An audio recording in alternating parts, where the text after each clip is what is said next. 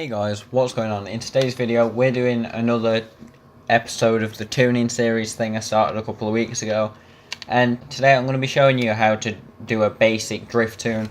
If you want me to do an advanced tutorial on drift tunes and how to drift in the future, then let me know as a comment. Okay, so the basic things that you need to know first, or that you need to change, are in your settings you need traction control, stability control and ABS off. They're must-haves for this because, well, I mean, with ABS, stability control and traction control on, you're not going to get a very good slide. Okay, the other thing is, I'd highly recommend using manual. Automatic you can drift in, it's just very difficult. Manual is easy to drift in, easy to get used to, and for advanced people, or people who just know how to do manual clutch anyway, use manual clutch, it's so much easier to drift in. Okay, for the upgrades on the cars, you're going to need drift suspension, race diff, all the race tunables, so you can fully tune the car just so you have that bit more adjustment. And you're also going to want a reasonable amount of power to start out with. And between 150 and 450 horsepower is my low end drift cars. The ones what are good at tight corners, they're good with very narrow roads, they're just a easy drift car. Mid-range ones, which is 450 to 650 horsepower.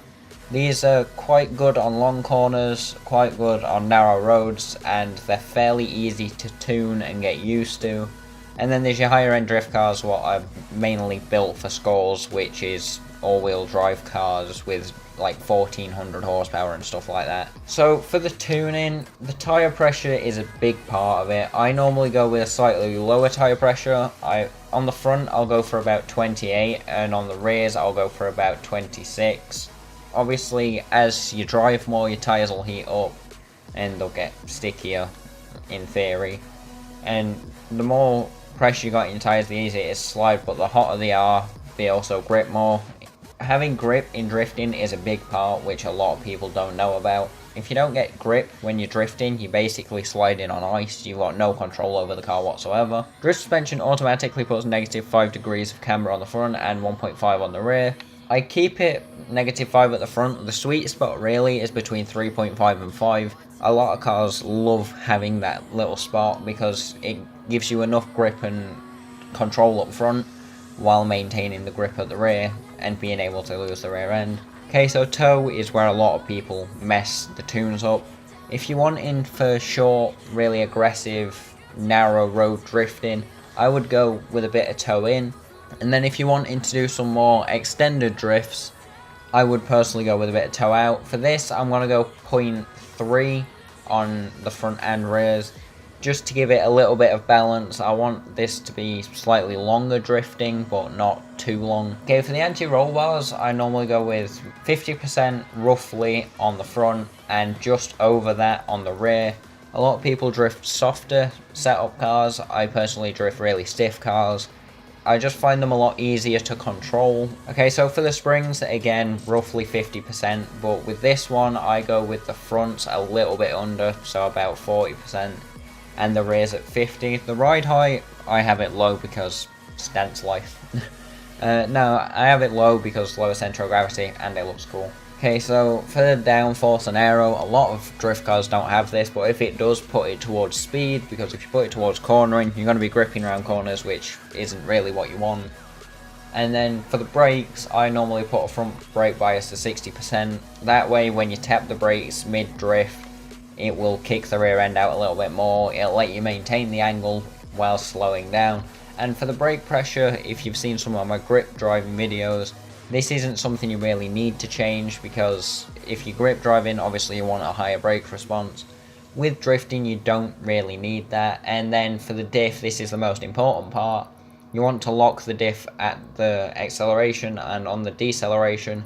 I normally lock it to start with, and then I'll adjust it as I go.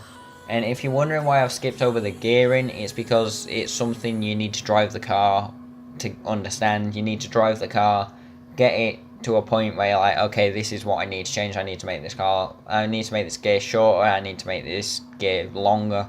It's just something you pick up. A lot of stuff when it comes to drift tuning is stuff you pick up over time from doing it over and over. Okay, so we're doing a little circuit in the city, which is personally one of my favourites.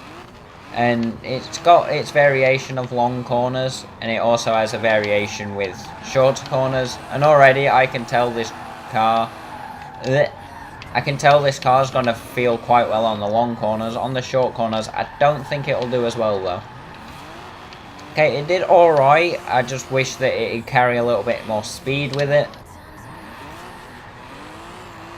Okay, I'm actually really impressed. I've not drifted in E36 M3 in this game. I used to drift them a lot in Horizon 3.